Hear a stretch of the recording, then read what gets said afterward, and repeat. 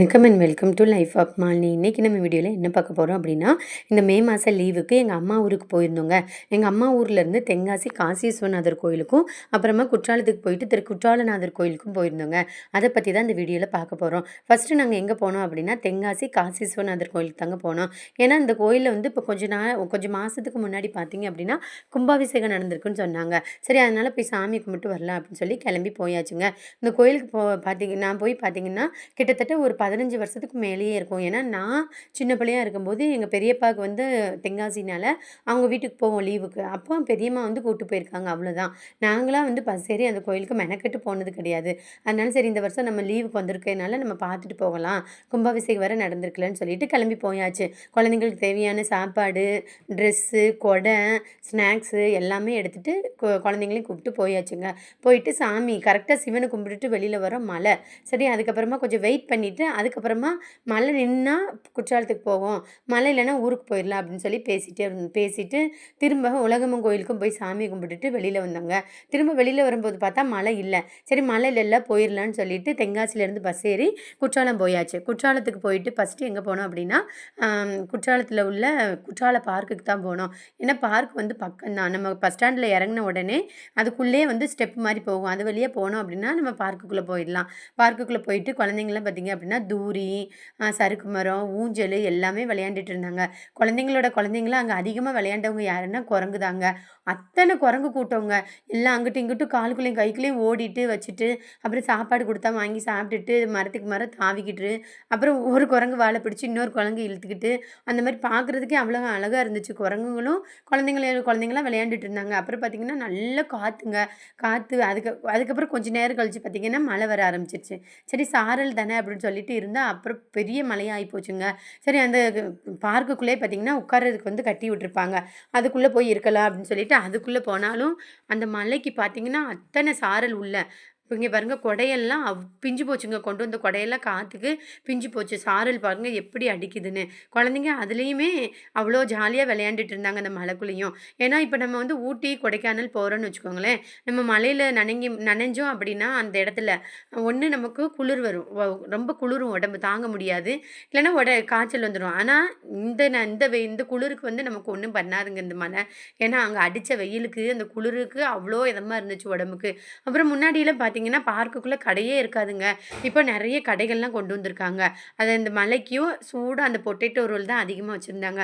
குழந்தைங்களுக்கு அதை வாங்கி கொடுத்துட்டு சாப்பாடையும் ஊட்டி விட்டுட்டு ட்ரெஸ் எல்லாம் மாற்றிட்டு கொஞ்ச நேரம் வெயிட் பண்ணோம். வெயிட் பண்ணதுக்கப்புறம் பார்த்திங்கன்னா மழை நின்றுச்சு. சரி, மழை நின்றுச்சுல ஃபால்ஸ் போய் பார்த்துடலாம் அப்படின்னு சொல்லிட்டு ஃபால்ஸ் பார்க்க போனோம். போயிட்டே நடந்துகிட்டே இருக்கும்போது பார்த்திங்கன்னா அந்த பாலத்து பக்கமே 2 பக்கமே தண்ணி அதிகமாக தான் போயிட்டே இருந்துச்சு. நிறைய தண்ணி விழுது போல் சொல்லிட்டு குளிக்கலைனாலும் பரவாயில்ல பார்த்துட்டு வரலாம் அப்படின்னு சொல்லி நடந்து போயிட்டே இருந்தோம். நடந்து போகும்போதுமே பார்த்திங்கன்னா நல்ல சாரலுங்க. சாரல் காற்று நல்லா இருந்துச்சு போகிறதுக்கே. ஆனால் அதிகமாக கடைகள் இல்லை. ஏன்னா இது சீசன் இல்லாதனால கடைகள் அதிகமாக இல்லை. கோடை காலத்தில் வந்து முன்னாடி தாங்க நான் சின்ன பிள்ளையா இருக்கும்போது தான் இந்த மாதிரி தண்ணி வரும்னு சொல்லுவாங்க. ஆனால் எனக்கு விவரம் தெரிஞ்சு இப்போ தான் இந்த வருஷம்தான் வெயில் அதிகமாக இல்லாமல் மழையே அதிகமாக இருந்துச்சு. அப்புறம் கடைகள் இல்லாதனால சரி, நான் கோயிலும் நட சாத்தியிருந்தாங்க.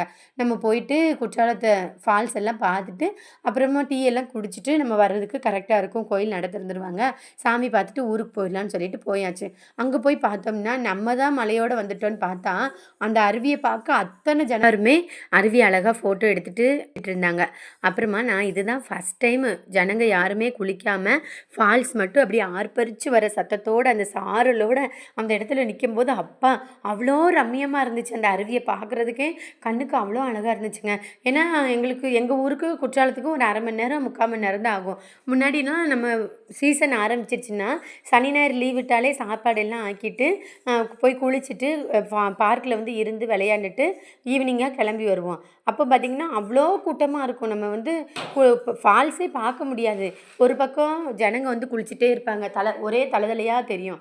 அப்புறம் பார்த்திங்கன்னா மேலே நின்று போலீஸ் அந்த திட்டு மேலே நின்று போலீஸ் வந்து விசில் ஊதிட்டே இருப்பாங்க. அதனால் தண்ணி வர்றதே நமக்கு தெரியாது, அளவாக தான் வரும். ஆனால் இந்த டைம் பார்த்திங்க அப்படின்னா தண்ணி அவ்வளோ அழகாக ஸ்டெப் பை ஸ்டெப்பாக அப்படி தவழ்ந்து வரும்போது பார்க்கவே அவ்வளோ அழகாக இருந்துச்சு. அப்புறம் முன்னாடிலாம் பார்த்திங்கன்னா குற்றாலநாதருக்கு கோயிலுக்கு சைடில் பார்த்திங்கன்னா ஒரு விநாயகர் கோயில் இருக்கும். அந்த விநாயகர் கோயிலுக்கு முன்னாடி வர ஸ்டார்ட்டிங்லேருந்து ஆரம்பித்து அந்த விநாயகர் கோயில் முன்னாடி வர கடை இருக்கும். அப்புறம் திரும்ப அந்த விநாயகர் கோயிலுக்கு பின்னாடி ஆரம்பித்து நம்ம குளிக்க அந்த ஏறுறோமா அருவிக்கு படியேற போகிற இடத்து வரைக்கும் கடை இருக்கும்.